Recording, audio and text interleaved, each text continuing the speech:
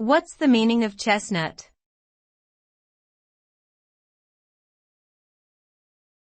Chestnut.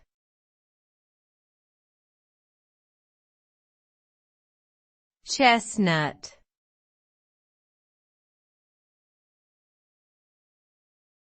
Chestnut.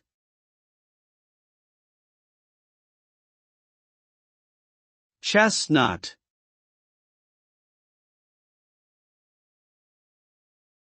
Chestnut typically refers to the nut of the sweet chestnut tree, a type of hardwood tree found in temperate regions around the world.